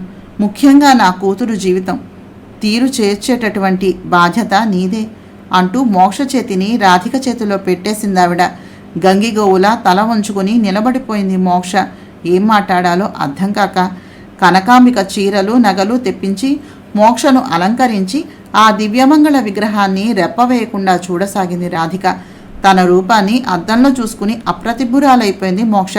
కూతురిని గాఢంగా ఆలింగనాన్ని చేసుకుని ఏడ్చేసింది శేషమ్మ ఒక్కగా సారిగా పెద్ద పెట్టున. శ్రీనివాసకి రాజేంద్రకు ఫోన్ చేసి తండ్రికి మళ్ళీ పెళ్లి చేస్తున్నట్టుగా చెప్పి రమ్మనమని ఆహ్వానించాడు కృష్ణ చైతన్య. పెళ్లి ముహూర్తం పెట్టించడానికి శాస్త్రిగారిని పిలుస్తాను అన్నాడు. వద్దు, మీ అమ్మ పూజించే ఆ భగవంతుని సాక్షిగా తాళి కట్టేస్తాను. అది మీ అమ్మ కోరిక అంటున్నావు కనుక అక్కడ జరగటం చాలు. ముహూర్తాలు, పురోహితులు, పీటలు అసలు ఏ హడావిడి వద్దు. అసలే సగం చచ్చిన నన్ను పూర్తిగా చంపకు అన్నారు బిడియంగా. మరి అక్కను చెల్లెల్ని పిలిపిస్తాను. రిసెప్షను దయచేసి అవేం వద్దురా నాన్న. మీ అమ్మగా వచ్చే మనిషి ఎవరో మీకు తెలిస్తే చాలు. లోకానికి తెలియాల్సినటువంటి అవసరం లేదు. నీ వాళ్ళను పిలిచావుగా చాలు, ఇంకెవ్వరూ వద్దు. ఇప్పుడు ఆవిడను తీసుకుని నేను విందులకు వినోదాలకు వెళ్ళలేను. కేవలం నాకు ఓ తోడుగా ఉంటుంది. దట్స్ ఆల్ అన్నారు గంభీరంగా. ఇంకా ఆయన్ని అంతకు మించి ఇబ్బంది పెట్టడం ఇష్టం లేక హడావిడి చెయ్యకుండా రహస్యంగా జరిపించడానికే నిశ్చయించుకున్నాడు కృష్ణ చైతన్య. నరసమ్మ ద్వారా ఆ సరికొత్త విషయాన్ని విని విమూఢురాలే అయిపోయింది పద్మ. ఆమెకు ఎవరూ ఏమీ చెప్పలేదు. ఎందుకనో తను అందరికీ దూరంగా ఒంటరిగా అనిపించింది పద్మాంబికకు. కనకమ్మ తెరమరుగు అయినాక తన కుడిభుజం విరిగిపోయినట్టుగా అయిపోయింది. శేషమ్మను కానీ మోక్షలక్ష్మిని కానీ ఆమె చూడలేదు. మోక్షకి కనకమ్మ మందిరం ఏర్పాటు చేసి మోక్షాంబికాదేవి మందిరంగా పేరును మార్చాడు. తల్లి కూతుళ్లకు ఆ వసతి హాయిగా స్వర్గతుల్యంగా అనిపించింది. పెళ్ళి అయ్యే వరకు అందులో ఉండండి మీరిద్దరూ, తర్వాత నాన్నగారి ఇష్టప్రకారం నడుచుకోండి అని చెప్పాడు ఆ తల్లి కూతుళ్లకు కృష్ణ చైతన్య. ఆ రాత్రి పెళ్ళి అనగా మధ్యాహ్నానికి వచ్చేశారు పూర్ణ శ్రీనివాస్, స్వర్ణ రాజేంద్రలు, భూపాల భూపతి, రాఘవేంద్ర భూపతులతో పాటుగా. అంతా కనకాంబిక మందిరానికి వెళ్ళి వధువుని చూసి రమ్మని పంపిస్తూ పద్మాంబిక మందిరానికి వచ్చిన కృష్ణ, పద్మ నువ్వు కూడా వాళ్ళతోటి వెళ్ళి వధువును చూసిరా. నువ్వు చూడలేదుగా అన్నాడు పూర్ణ స్వర్ణలతో వస్తూ. మగవాళ్ళు బయట వెయిట్ చేస్తూ ఉన్నారు. రాధ శేషమ్మ గారికి వంటలో సాయం చేస్తోంది. సుచిత్ర, ధనుంజయులు, ప్రమీల, ప్రతాపులు, ప్రసీద, త్రిలోకులు, భానుమతి, మూర్తి కూడా వచ్చారు. వాళ్ళంతా ఎవరు పిలిస్తే వచ్చారో తెలుసు, కానీ సుచిత్ర, ధనుంజయులు ఎవరో మాత్రం ఇంకా ఎవ్వరికీ తెలియదు. స్వర్ణ పెళ్లి ద్వారా వాళ్ళంతా రాజన్న తరపున, కృష్ణ తరపున వచ్చి స్వర్ణ పెళ్లిలో వాళ్ళు పెళ్లి చేసుకోవటం పద్మ, భూపాల భూపతికి తెలుసు. వధువును చూడాలా? ఎవరా వధువు? ఎవరి పెళ్ళి? తెలియనట్టే ప్రశ్నించింది ఆశ్చర్యంగా ముఖం పెట్టి తలదూవుకుంటూ పద్మ. పెళ్ళి ఎవరిదో వధువు ఎవరో నీకు తెలుసునని నాకు తెలుసు. నరసమ్మ ద్వారా సంగతంతా నీకు చేరి ఉంటుందని తెలియనంతటి అమాయకుణ్ణి కాదులే. నటించింది చాలు గాని లే త్వరగా అన్నాడు ఆదేశాత్మకంగా. అంతేలేండి, వాళ్ళ వల్ల వీళ్ళ వల్ల తెలుసుకోవాల్సిందే కానీ మీరు మాత్రం నాకేమీ చెప్పరు. అసలు నేను అనేదాన్ని ఒకదాన్ని బతికే ఉన్నానని మీకు గుర్తుంటే కదా. పేరుకి మాత్రమే మీ భార్యని, ఈ ఇంటికి నామకహ ఇల్లాలిని. పెత్తనం అంతా మీ ముద్దుల దేవేరిదే. పాపం మీరు ఆవిడ గీసిన గీటును దాటలేరు. అంత ఇష్టము అనురాగము లేకపోతే ఈ వయసులో ఆ ముసలాయనకు పెళ్ళ? ఎక్కడైనా ఉందా ఇలాంటి విడ్డూరం అంది బుగ్గలు నొక్కుంటూ. ఒక్క క్షణం ఆమెను తదేకంగా చూసిన కృష్ణ చైతన్య, అవును మరి, ఒంటరిగా దొరికిన ఆడపిల్ల కూతురు వరస అయినా కూడా మీద పడి రేప్ చేయాలనుకునే వంశం కదా తమది. ఇలాంటి విడ్డూరాలు ఉండవు. అప్పచెల్లెళ్ళు ముగ్గురిని ఏలుకున్నటువంటి నీ బాబు లాంటి వాడు కాదు కదా నా బాబు. అందుకని ముసలాయనకు తెలియని సంగతులు తెలియజేద్దామని చేస్తూ ఉన్నా నీ పెళ్ళి అన్నాడు పళ్ళ బిగువన వచ్చే కోపాన్ని తమాయించుకుంటూ కృష్ణ చైతన్య. కృష్ణ నివ్వెరపోయింది ఆ శరాఘాతానికి పద్మ. ఒకటంటే 100 పడాలి వదిన. అంతా కలిసి సంతోషంగా శుభకార్యంలో కలుసుకుని సంతోషం పంచుకోవాలి కానీ ఏమిటి ఎత్తుపడుపులు? నలుగురిలో ఉన్నప్పుడు అన్నయ్య గౌరవం నిలబెట్టడం నీ ధర్మం. నీకు తెలియదది. చెప్పలేదు అంటున్నావు. అసలు నువ్వు నలుగురిలో కలిస్తే కదా ఏ సంగతైనా నీకు తెలియటానికి. ఎవరింటికో అతిథిగా వచ్చినట్టుగా అంటనట్టు ముట్టనంటూ ఉంటావే గాని ఏనాడైనా మాతో కలిసి కష్టసుఖాలను పంచుకున్నావా? భార్య అంటే భర్త మీద అధికారాన్ని చెలాయించేది కాదు. ఇల్లాలంటే ఇంట్లో వాళ్ళ మంచి చెడ్డలు పట్టించుకోకుండా కేవలం మొగుడిని కొంగుకు కట్టుకుని అసమర్థుడిలా తిప్పేది కాదు. పెళ్ళి అంటే శారీరక సుఖాలు మాత్రమే ఇచ్చిపుచ్చుకునే ఒకానొక ఒప్పందం కానే కాదు. 2 జీవితాలను ముడివేసి ఒకే జీవన రథానికి 2 చక్రాల్లా మార్చి చివరి వరకు పయనించే బలీయమైనటువంటి పాసమే ఈ మంగళసూత్రాలు అని తెలుసుకోకపోతే ఎలాగా అంది స్వర్ణ ఉద్వేగంగా మారినటువంటి కంఠంతో. జ్ఞానోదయ నవల 29వ భాగాన్ని చదివానండి. నా ప్రయత్నం మీకు నచ్చినట్టయితే తప్పకుండా మా ఛానల్ సబ్స్క్రైబ్ చేసి షేర్ చేసి లైక్ చేసి కామెంట్ చేయండి. నమస్తే. అందరికీ నమస్కారం అండి. ఎలా ఉన్నారు మీరంతా? నేనైతే చాలా బాగున్నాను. అలాగే మీకందరికీ మా ఛానల్కి స్వాగతం. కల్పనాదేవి కలం పేరుతో గాయత్రీదేవి గారు రచించినటువంటి జ్ఞానోదయం నవల 29వ భాగాన్ని చదువుతున్నాను. రాజేంద్ర ప్రసాద్ తమ ప్రాంతాలలో అనేక రకాలైనటువంటి ఫ్యాక్టరీలను స్థాపించారు.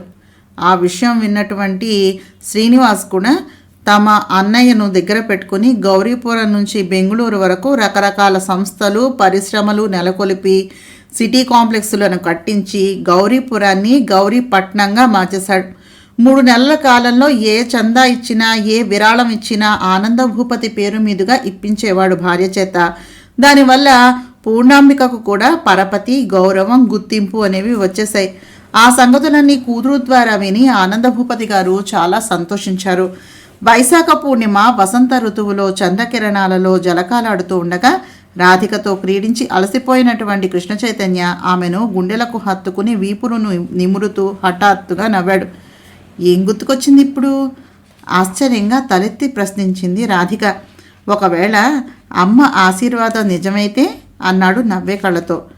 నాకేమీ అర్థం కాలేదు. ఏం విషయాలు అడిగింది రాధిక. అమ్మ నీకు కూడా అరటిపండు ఇచ్చింది కదూ అన్నాడు అలాగే చూస్తూ. ఇచ్చారు. ఇస్తే ఏమిటిప్పుడు? రాధిక కళ్ళు పెద్దవి చేసి మరీ చూసింది అతన్ని అర్థం కానట్టుగా. పిచ్చి మొద్దు, అమ్మ ఎవరికైనా పండిస్తే ఏం జరుగుతుంది? తన నుదురుతో రాధిక నుదురును ఢీకొట్టి కొంటిగా ప్రశ్నించాడు.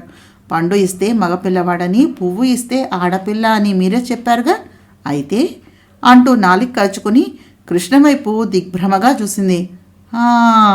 అదే, మనకి పెళ్ళి కాకుండానే పిల్లలు పుడితేనో అన్నాడు ఆలోచనగా.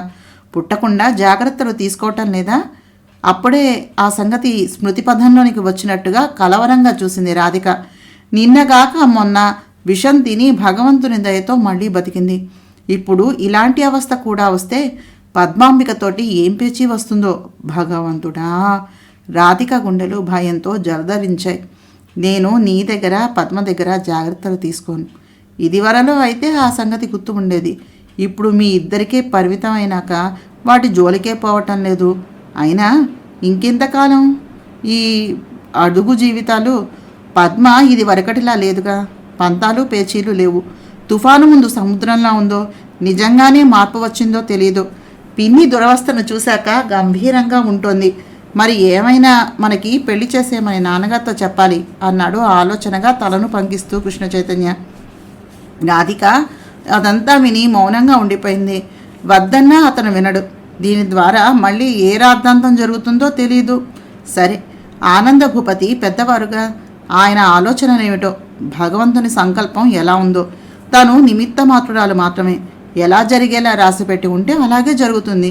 దాన్ని ఎవ్వరూ ఆపలేరు, మార్చలేరు అనుకోగానే దీర్ఘంగా నిట్టూచింది.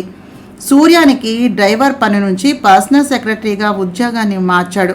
అతను BA చేశాడని రాధను ఆపత్కాలంలో ఆదుకున్నటువంటి లారీ డ్రైవర్ గోవిందుకు రాధ కారు డ్రైవర్గా ఉద్యోగాన్నిచ్చి అతని తాలూకు నిరుద్యోగులందరికీ లారీలను కొని డ్రైవర్లుగా, క్లీనర్లుగా, అటెండర్లుగా, వాచ్మెన్లుగా అర్హతలను బట్టి ఉద్యోగాలను ఇచ్చి నమ్మకంగా, నిజాయితీగా, విశ్వాసపాత్రంగా ఉండే వాళ్ళందరినీ ఆదుకుని అన్నం పెట్టి ఉపాధులు కల్పించేటటువంటి కల్పతరువుగా మారిపోయాడు కృష్ణ చైతన్య.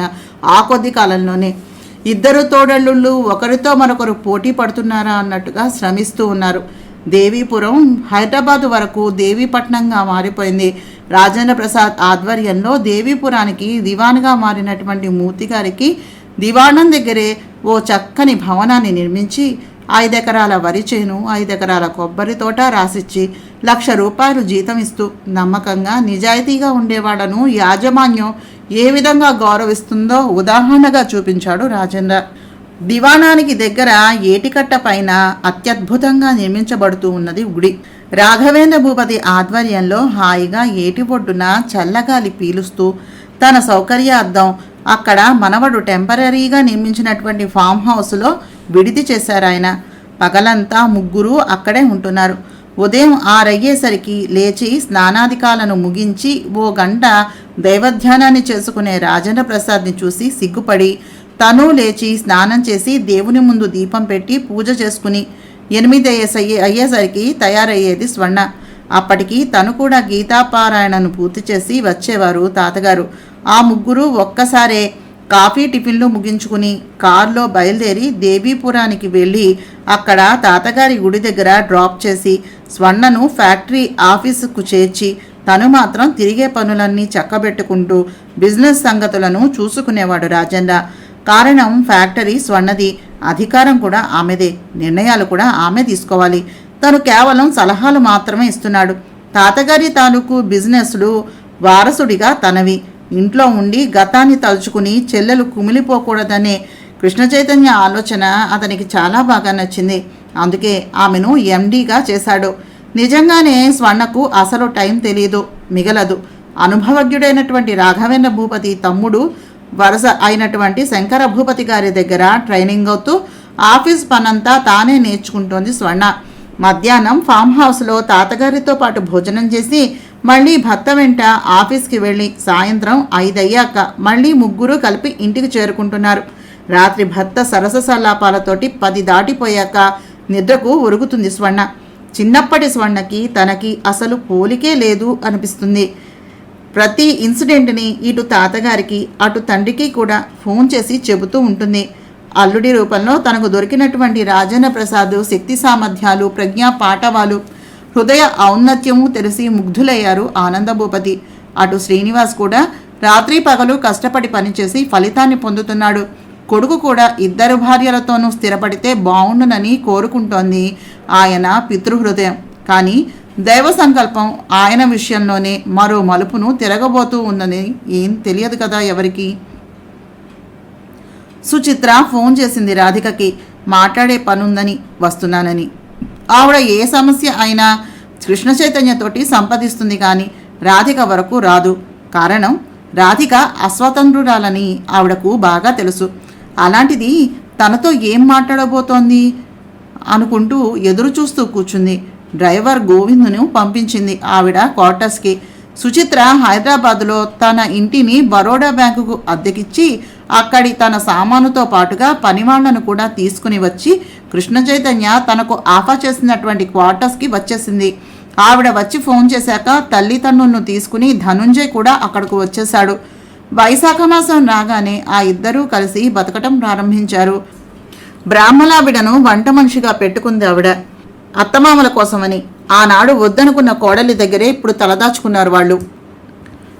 కారు వచ్చి రాధాంబికాదేవి మందిరం ముందు ఆగగానే చూస్తూ ఉన్న పుస్తకాన్ని మూసి లేచి రాబోతూ ఆగిపోయింది రాధిక. సుచిత్ర ఒంటరిగా రాలేదు. వెనకన 2 ఆడవాళ్లు కూడా ఉన్నారు. ఒక సంచి, చంకల్లో మూటలతోటి అచ్చు చాలా పాతకాలం వాళ్ళల్లా ఉన్నారు. రండి కూర్చోండి చిరునవ్వుతోటి ఆహ్వానించింది రాధిక.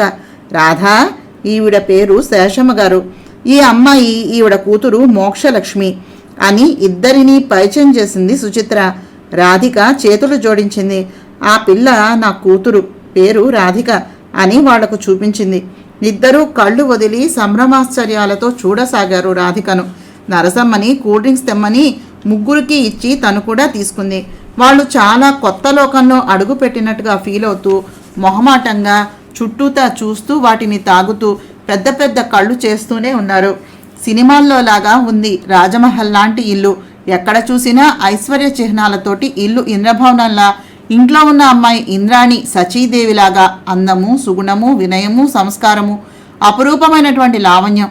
నేనంటూ పోటీలు పడుతున్నట్టుగా కనిపించింది. చెప్పండమ్మా, ఏదో మాట్లాడాలన్నారు, గుర్తు చేసింది రాధిక వాళ్ళను చూపిస్తూ. వీళ్ళ గురించేనమ్మా. ఈవిడ మా ఊరి కరణం గారి రెండో భార్య. మొదటి భార్యకు 3 కొడుకులు పుట్టాక ఆవిడ యాక్సిడెంట్లో పోయింది. తర్వాత ఆయన ఈవిడను చేసుకున్నారు. ఈ అమ్మాయి పుట్టింది. ఆయన తండ్రి కాలం చేసిన రోజున పుట్టిందని మోక్షలక్ష్మి అని పేరు పెట్టారు. పిలవటం మాత్రం మోక్ష అనే పిలుస్తారు. ఒక్క కొడుక్కి విద్య అబ్బక, సంపాదన చాలక ఈ పిల్ల చిన్నతనంలోనే ఆయనకు పక్షవాతం వచ్చి మంచం ఎక్కడంతో ఒక 80 ఏళ్ల ముసలాయనకు 10 ఏళ్ల వయసున్న ఈ పిల్లను కన్యాశుల్కం ఇచ్చి పెళ్లి చేసి ఈ పిల్ల గొంతును కోసేశారంతా. 6 ఎకరాల ఆస్తిని, ఆ ఇంటిని స్వాధీనం చేసుకుని తల్లిని ఈ పిల్లను పని మనుషుల కంటే ఘోరంగా చూస్తూ ఇంత ముద్ద పడేసి ఇంటెడు చాకిరీ చేయించుకుంటూ ముసలాయన చచ్చిపోయాక ఈ పిల్లను ముండమోపిని చేసి ఇప్పటి వరకు విదుపు కూడును పడేస్తూ వచ్చారు. 2 నెలల క్రితం కరణం గారు కూడా పోయారు.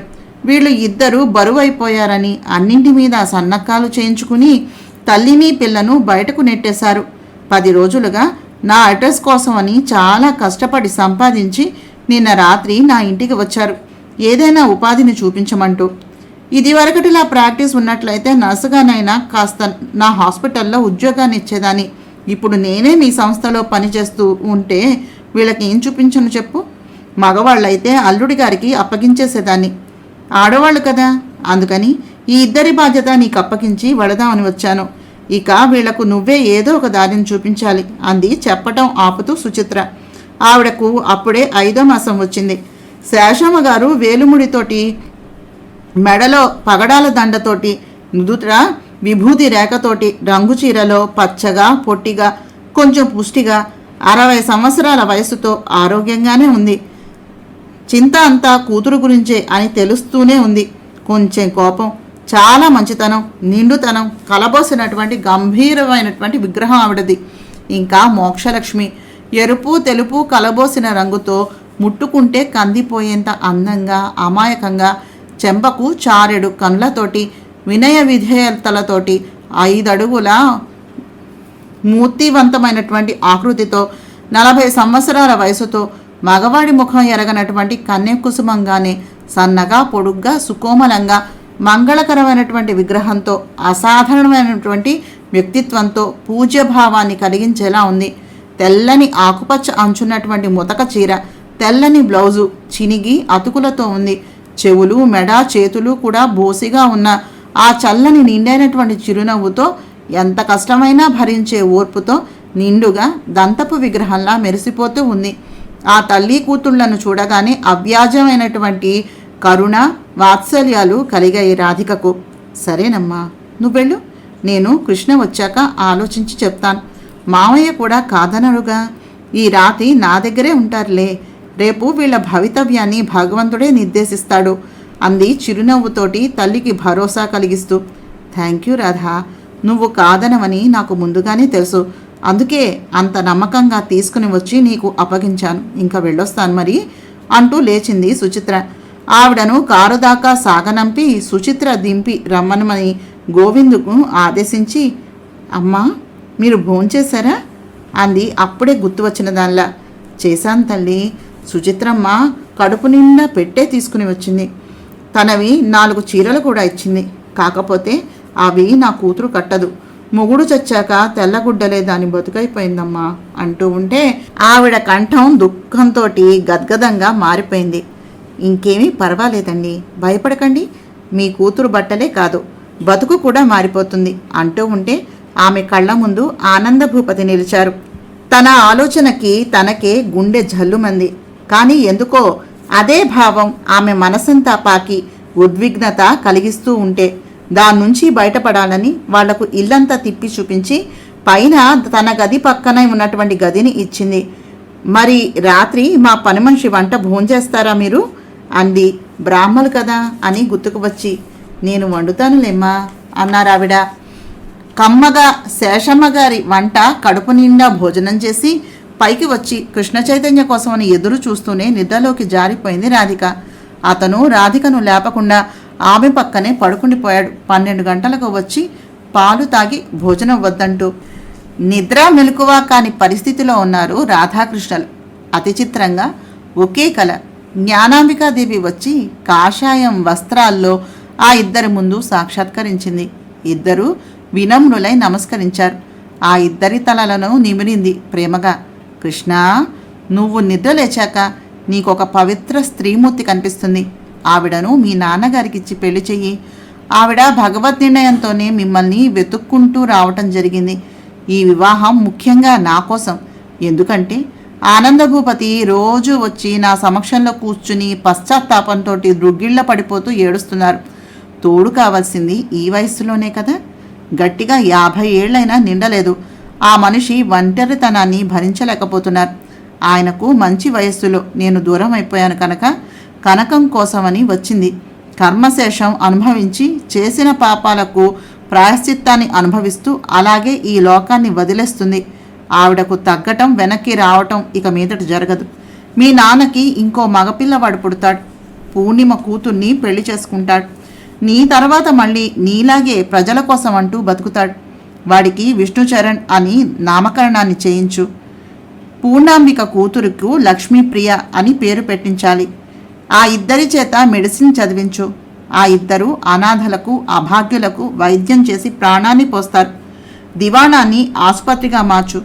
నీ కొడుకు కలెక్టర్ అయి వచ్చి నీ తర్వాత దీనజనోద్ధరణ కార్యక్రమాన్ని ప్రారంభిస్తాడు. రాధికకు నీ ద్వారా కొడుకు పుట్టి వంశవృక్షాన్ని విస్తరింపజేస్తాడు. పద్మకు ఆడపిల్లే పుట్టి మీ అక్క ఇంటికి కోడలిగా వెళ్తుంది. నీ చెల్లెలి కూతురు నీ కోడలుగా వస్తుంది. మీ అక్క ఆడ మగ కవల పిల్లలను కంటుంది. నేను మీ నాన్న నాకు అన్యాయం చేశారు అనుకుని బాధపడుతూ ఉంటే ఆయన ఎదురుగా ఉండి ధ్యానాన్ని చేసుకోలేకపోతున్నాను. నేను ఈ జన్మలోనే తరించి కైవల్యాన్ని పొందాలంటే మీ నాన్న దృష్టి నా మీద నుంచి మళ్ళాలి. అలా మళ్ళాలి అంటే దానికి ఆయన పెళ్ళే మార్గం. కాబట్టి నాకు ఈ ఉపయోగాన్ని చెయ్యి. తద్వారా మాతృరుణాన్ని తీర్చుకో. మరి ఉంటాను అంటూ అదృశ్యమైపోయింది ఆవిడ మూర్తి. వెంటనే ఆ ఇద్దరికి మెలకువ వచ్చింది. టైం చూస్తే 5 కావస్తోంది. అప్పుడప్పుడే ఆకాశంలో వెలుగురేఖలు ఉత్పన్నమవుతూ ఉన్నాయి. వేసవి కాలం వల్ల గబాల్న లేచి కూర్చుంటూ, ఇది కళ అన్నాడు ఆశ్చర్యంగా చూస్తూ. అయితే మీకు కూడా కల వచ్చిందా అంది రాధిక. మొట్టమొదటిసారిగా అమ్మ కలలోకి వచ్చింది అన్నాడు సాలోచనగా చూస్తూ. చిత్రంగా ఉంది. నాకు అత్తయ్య కనిపించారు అంది లేస్తూ రాధిక. కనిపించి ఏం చెప్పింది కుతూహలంగా అడిగాడు.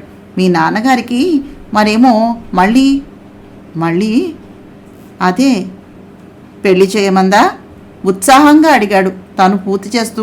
అరే, మీకెలా తెలిసింది? దిగ్భ్రమగా చూసింది కృష్ణ చైతన్యను. నాకు నీకు ఒక్కసారే కనిపించి ఒకే సంగతిని చెప్పిందన్నమాట తల పంకిస్తూ అన్నాడు రాధను దగ్గరకు లాక్కుని బుగ్గ కొరుకుతూ. మీ రాసలీలలకు ఇదేమీ సమయం కాదు. ముందు మీ నాన్నగారి సంగతిని ఆలోచించాలి కదా. లేవండి, పెళ్లి కూతుర్ని చూద్దాం అంది మంచం దిగుతూ. చూడాలంటే వెతకాలి కదా. వెతకటం ఎందుకు? సిద్ధంగా ఉంది. మీదే ఆలస్యం అంది నవ్వుతూ. Is it? What a wonder. సంభ్రమంగా చూశాడు. రాత్రి మీరు రాగానే చెబుదాము అనుకున్నాను. ఇంతలో నిద్ర పట్టేసింది. మీరు తయారై వస్తే మీకు చూపిస్తాను. తర్వాత మీ నాన్నగారిని ఒప్పించే బాధ్యత మాత్రం మీదే అంది తను తప్పుకుంటూ. చిత్తం, దేవిగారి ఆజ్ఞ. పెళ్లి కూతుర్ని చూసి పెట్టినందుకు నా thanks. No thanks, it's my duty. అతని బుగ్గగిల్లి పారిపోయింది రాధిక. ట్రిమ్గా తయారై వస్తూనే అమ్మాయి ఎక్కడా కుతూహలంగా అడిగాడు. భావనలోనే తల్లిగా స్వీకరించిన అతని సుగుణానికి మనస్సులోనే అభినందిస్తూ పెరటి వైపుకు తీసుకుని వెళ్ళింది. అక్కడ శేషమ్మ గారు తులసి పూజ చేసుకుంటూ ఉంటే పువ్వులు మాల కడుతూ చూస్తోంది మోక్షలక్ష్మి. ఆ ఇద్దరినీ చూపించి గత సాయంత్రం తల్లి వచ్చి ఆ ఇద్దరి బాధ్యత తనకు అప్పగించిన వెళ్ళినటువంటి సంగతిని చెప్పేసింది రాధిక కృష్ణతోటి. చెవులు రాధిక మాటలను ఆలకిస్తూ ఉన్న అతని కళ్ళు మోక్షలక్ష్మిని శ్రద్ధాశక్తులతోటి పరిశీలించాయి. తండ్రి పక్కన చిన్నప్పటి తల్లిలాగానే సాక్షాత్కరించింది అతని కళ్లకు. మాతృమమత, గౌరవం, ఏదో చెప్పలేని ఆత్మీయతా పాసాలు చోటు చేసుకున్నాయి తన హృదయంలో. తల్లి చెప్పినట్టుగా ఆ స్త్రీమూర్తిలో పవిత్రత మాత్రమే కనిపిస్తోంది. ఏనాడు కనకమ్మను చూస్తే కలగనటువంటి అభిమానం, అనురాగం, విడదీయరాని బంధం వేస్తూ ఉన్నట్టుగా అనిపించింది. అతని కళ్ళు రాధిక వైపు తిరిగాయి. ఏమిటి అడిగింది రాధిక. అసలు ఆవిడకు ఇష్టమో కాదో తెలుసుకోకుండా నాన్నగారికి చెప్పడం ఎలాగా? ఆ బాధ్యత నాకు వదిలేసి మీరు ఆయన సంగతిని ఆలోచించండి. అత్తయ్య చెప్పాక దానికి తిరుగేముంటుంది అంది నమ్మకంగా రాధిక. అవును కదూ, ఇది మా అమ్మ తలపెట్టిన కార్యక్రమం, దైవ ఘటన. మనం నిమిత్తమాత్రులం మాత్రమే. మన ప్రయత్నాన్ని మనం చేద్దాం. ఆయన్ని ఫలహారానికి వచ్చేయమంటాను, రెడీ చేయించు అనేసి ఫోన్ తీసి తండ్రికి కాల్ చేశాడు. హలో కృష్ణ, ఏమిటి ఇంత ఉదయాన్నే ఈ వేళ నేను గుర్తుకొచ్చాను? నవ్వుతూ ప్రశ్నించారు ఆనంద భూపతి కొడుకు ఫోన్ కాల్ చూసినటువంటి సంతోషంతో. మీతోటి కొంచెం పర్సనల్గా మాట్లాడాలి నాన్న అన్నాడు కృష్ణ చైతన్య. ఏం నాన్న, కొంపతీసి పద్మతో మళ్ళీ గొడవ పడ్డావా? ఆయన కంగారు పడ్డారు. అదేమీ కాదు నాన్న. అమ్మయ్య, అయితే ఇంకేమిటి, ఆఫీసు వ్యవహారమా? కాదు. మరి అసలు నువ్వెక్కడున్నావు? రాధామందిరంలో. Thank God. అయితే రా. మీరే రండి. నేను రావాలా? దేనికి? నిన్న రాత్రి అమ్మ నా కలలోకి వచ్చి ఒక ముఖ్యమైన పనిని నాకు అప్పగించింది. Is it? జోక్ కాదుగా కృష్ణ? అమ్మ పూజిస్తున్న దైవం మీద ఒట్టు నాన్న. రండి త్వరగా, మీకు చెప్తాను కదా విషయం ఏమిటో. సరే వస్తున్నాను. నాకేమిటో చాలా కంగారుగా ఉంది నాన్న అంటూ ఉంటే ఆయన కంఠం చెప్పలేని ఉత్కంఠతతోటి ఉణికింది. ఫోన్ ఆఫ్ చేసి తండ్రి కోసమని హాల్లోనే ఎదురు చూస్తూ పచార్లు చేస్తూ ఉన్నాడు కృష్ణ చైతన్య. నదురు బెదురు లేకుండా తండ్రితోటి ఎలాంటి విషయమైనా డిస్కస్ చేసే అతనికి ఈ సంగతి ఎలా చెప్పాలి, ఏ విధంగా హ్యాండిల్ చేయాలి అనే ఎగ్జైట్మెంట్ కలిగిపోయింది. పోర్టుకోలో కారు దిగి నైట్ డ్రెస్లో అలాగే వచ్చారు ఆనంద భూపతి.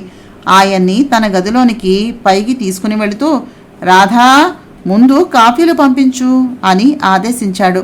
తండ్రిని కూర్చోబెట్టి తను కూడా కూర్చుంటూ, మీరు నా కోరిక ఒకటి తీర్చాలి నాన్న అన్నాడు సంభాషణకు నాంది వాక్యంగా కృష్ణ చైతన్య. ముందు అమ్మ ఏం చెప్పిందో చెప్పరా? నాకు ఏమిటో చాలా టెన్షన్గా ఉంది. ఒకటేమిటి, తర్వాత 100 కోరికలైనా తీరుస్తాను అన్నారు ఆత్రంగా. అదే ఇది, అమ్మ ఏం చెప్పినా చేస్తారా? పరీక్షగా చూశాడు. ఏమైనా చేస్తాను. మీ అమ్మ కోసం నా ప్రాణం ఇమ్మన్నా సిద్ధంగా ఉన్నాను. ఏమిటది? నా చేతిలో చెయ్యి వేసి అమ్మ కొలిచే స్వామివారి సాక్షిగా ప్రామిస్ కావాలి. మరి ప్రామిస్. కొడుకు చెయ్యి అందుకుని అందులో తన చేతిని వేశారు. ఇది నా కోరిక కాదు, అమ్మ కోరిక. చెప్పనా మరి? నిరభ్యంతరంగా చెల్లిస్తాను. ఏమిటో చెప్పు అన్నారు ఉద్విగ్నంగా చూస్తూ. అయితే మేం చూపిన శ్రీమూర్తిని మీరు పెళ్లి చేసుకోవాలి కామ్గా అన్నాడు. పెళ్ళా? నేనా? మతుండే మాట్లాడుతున్నావా? నవ్వుతాడికి ఇది సమయం కాదురా. నేను నవ్వులాటగా చెప్పటం లేదు నాన్న, నిజమే చెప్తున్నాను అంటూ తెల్లవారుజామున కలలో తనకి రాధకు కనిపించి జ్ఞానాంబికాదేవి చెప్పిన విషయంతో పాటుగా సుచిత్రాదేవి తీసుకుని వచ్చి అప్పగించిన ఆడవాళ్ల సంగతి కూడా చెప్పేశాడు. ఇంతలో రాధిక కాఫీలు మోక్ష చేత పట్టించుకుని వచ్చి కళ్ళతోనే మోక్షను మామగారికి చూపించింది చిరునవ్వుతోటి. వీరే మా మామగారు ఆనంద భూపతి, కృష్ణ వాళ్ళ నాన్నగారు. ఈయన కృష్ణ అని తండ్రి కొడుకులను పరిచయం చేసింది రాధిక. వినమ్రంగా నమస్కరించింది మోక్ష. సిగ్గుగా బిడియంగా తల పంకించారు ఆనంద భూపతి. ఆయన ముఖం ఎర్రగా జేవురించింది. ఆ అమ్మాయిని తీసుకెళ్లమన్నట్టుగా తల ఊపారు. మోక్షతో పాటుగా రాధిక కూడా బయటకు వచ్చేసింది. కృష్ణ చైతన్య తండ్రినే చూస్తూ కూర్చున్నాడు. ఈ వయసులో నాకు మళ్ళీ పెళ్ళా? వినేవాళ్లకు చూసేవాళ్లకు ఎంత హాస్యాస్పదంగా ఉంటుందో తెలిసినా ఇంట బయట ఎలాంటి కామెంట్లు చేస్తారో కనీసం ఆలోచించావా అంటూ బిడియంతోటి తల వంచుకున్నారు ఆనందభూపతి. నిజానికి తల వంచుకునే పని మీరు 20 ఏళ్ల క్రితం కనకమ్మను తీసుకుని వచ్చినప్పుడు చేశారు డాడీ. ఇప్పుడు చేసేది మా అమ్మ తృప్తి కోసం, ఆవిడ మనశ్శాంతి కోసం, ఇంకా ఆవిడకు కైవల్యం లభించడం కోసం చేసే మంచి పని. ఇది ఆవిడ మిమ్మల్ని కోరినటువంటి ఆఖరి కోరిక. ధర్మపత్నిగా ఆవిడ మెడలో తాళిని గట్టి మీరు తీర్చుకుంటున్నటువంటి రుణం. నా చేత పరుషంగా మాట్లాడించకండి ఇంతకు మించి అన్నాడు శాసనంగా కృష్ణ చైతన్య. అతనికి ఉన్నపాటుగా కోపం వచ్చేసింది. గతంలో ఒక్కసారిగా తల్లి పరిస్థితి గుర్తుకొచ్చింది. సరే సరే సరే ఓకే, మీకు లేని అభ్యంతరం నాకెందుకు? అయితే చాలా సింపుల్గా రహస్యంగా మీ అమ్మ సమక్షంలోనే చేసే, ఎవ్వరినీ పిలవకూడదు. నువ్వెప్పుడంటే అప్పుడు తాళి కట్టేస్తాను అన్నారు లేస్తూ. కించిత్ రోషంగా ధ్వనించింది ఆయన స్వరం. ఫలహారాన్ని చేసి మరీ వెళ్ళండి అన్నాడు ఆయన్ని ఆపుతూ. స్నానం చేయలేదురా అన్నారు ఆయన విసుగ్గా. ఇక్కడ చేయండి, బట్టలు నేను తెప్పిస్తాను. మీకు ఏకాంతం కావాలేమో, గోవాన్ అంటూ బయటకు వెళ్ళిపోయాడు కృష్ణ చైతన్య. బామ్మగారు, మీకు ఓ సంగతి చెప్పాలండి, ఇలా వచ్చి కూర్చోండి. ఆంటీ నువ్వు కూడా అంది మోక్షను పిలుస్తూ రాధిక. ఇద్దరూ వచ్చి ఆమె దగ్గర కూర్చున్నారు. నిన్న రాత్రి నాకు ఆయనకి ఓ కల వచ్చింది అంటూ అత్తగారు వచ్చి చెప్పినటువంటి విషయాన్ని చెప్పి, మామగారికి మోక్షనిచ్చి పెళ్లి చేయమనేది దైవజ్ఞ, మా అత్తగారి శాసనం కూడా. మీ అభిప్రాయం ఏమిటో చెప్పండి సూటిగా ప్రశ్నించింది. మా మోక్షకి మళ్ళీ పెళ్ళా?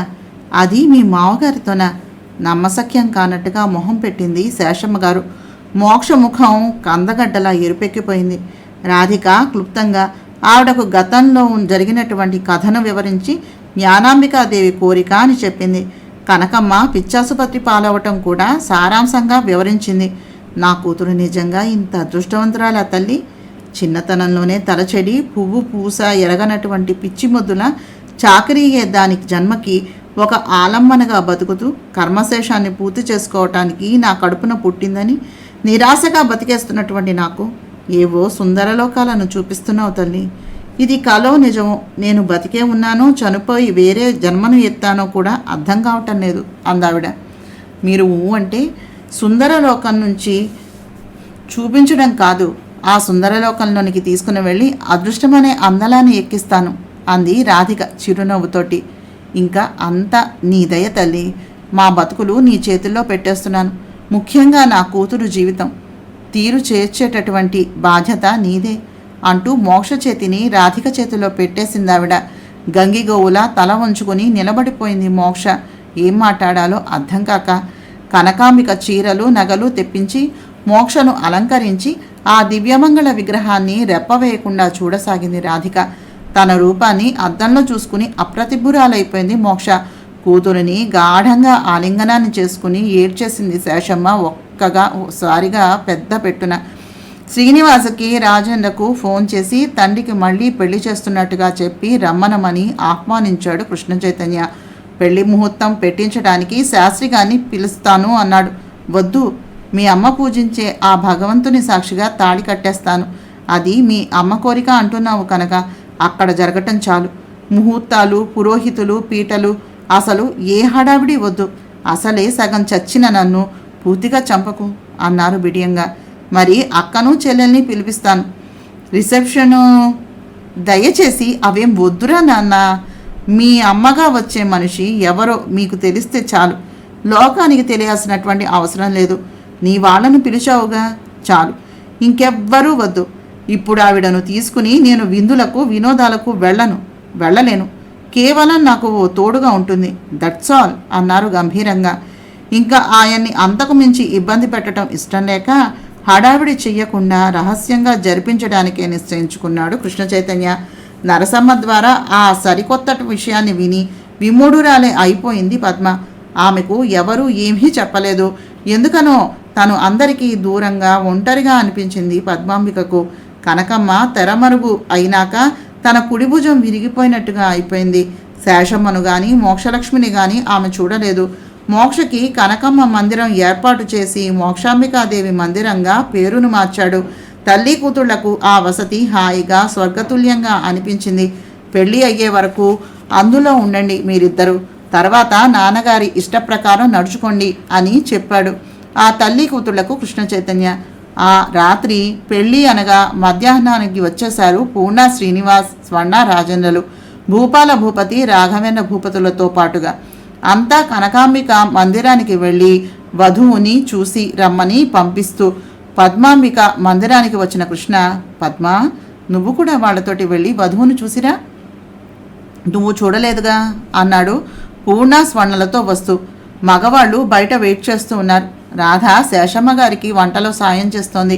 సుచిత్ర, ధనుంజయులు, ప్రమీల, ప్రతాపులు, ప్రసీద, త్రిలోకులు, భానుమతి, మూర్తి కూడా వచ్చారు.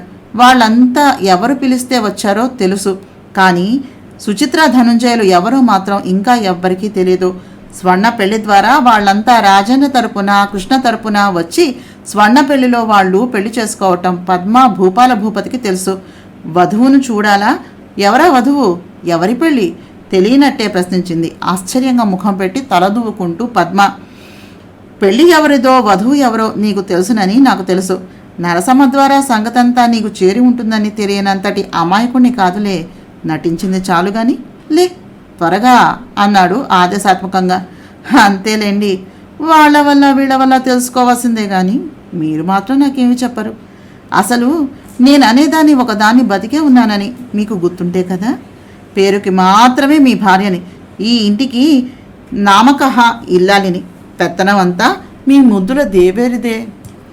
పాపం మీరు ఆవిడ గీసిన గీటును దాటలేరు. అంత ఇష్టము అనురాగము లేకపోతే ఈ వయసులో ఆ ముసలాయనకు పెళ్ళా? ఎక్కడైనా ఉందా ఇలాంటి విడ్డూరం? అంది బుగ్గలు నొక్కుంటూ. ఒక్క క్షణం ఆమెను తదేకంగా చూసిన కృష్ణ చైతన్య, అవును మరి, ఒంటరిగా దొరికిన ఆడపిల్ల కూతురు వరస అయినా కూడా మీద పడి రేప్ చేయాలనుకునే వంశం కదా తమది. ఇలాంటి విడ్డూరాలు ఉండవు. అప్పచెల్లెళ్ళు ముగ్గురిని ఏలుకున్నటువంటి నీ బాబు లాంటి వాడు కాదు కదా నా బాబు.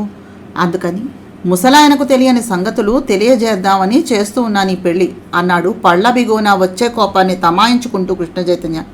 కృష్ణ నివ్వెరపోయింది ఆ శరాఘాతానికి పద్మ. ఒకటంటే 100 పడాలి వదిన. అంతా కలిసి సంతోషంగా శుభకార్యంలో కలుసుకుని సంతోషం పంచుకోవాలి కానీ ఏమిటి ఎత్తుపడుపులు? నలుగురిలో ఉన్నప్పుడు అన్నయ్య గౌరవం నిలబెట్టడం నీ ధర్మం. నీకు తెలియదది. చెప్పలేదు అంటున్నావు. అసలు నువ్వు నలుగురిలో కలిస్తే కదా ఏ సంగతైనా నీకు తెలియటానికి. ఎవరింటికో అతిథిగా వచ్చినట్టుగా అంటనట్టు ముట్టనంటూ ఉంటావే గాని ఏనాడైనా మాతో కలిసి కష్టసుఖాలను పంచుకున్నావా? భార్య అంటే భర్త మీద అధికారాన్ని చెలాయించేది కాదు. ఇల్లాలంటే ఇంట్లో వాళ్ళ మంచి చెడ్డలు పట్టించుకోకుండా కేవలం మొగుడిని కొంగుకు కట్టుకుని అసమర్థుడిలా తిప్పేది కాదు. పెళ్ళి అంటే శారీరక సుఖాలు మాత్రమే ఇచ్చిపుచ్చుకునే ఒకానొక ఒప్పందం కానే కాదు. 2 జీవితాలను ముడివేసి ఒకే జీవన రథానికి 2 చక్రాల్లా మార్చి చివరి వరకు పయనించే బలీయమైనటువంటి పాసమే ఈ మంగళసూత్రాలు అని తెలుసుకోకపోతే ఎలాగా? అంది స్వర్ణ ఉద్వేగంగా మారినటువంటి కంఠంతో. జ్ఞానోదయ నవల 29వ భాగాన్ని చదివానండి. నా ప్రయత్నం మీకు నచ్చినట్టయితే తప్పకుండా మా ఛానల్ సబ్స్క్రైబ్ చేసి, షేర్ చేసి, లైక్ చేసి, కామెంట్ చేయండి. నమస్తే.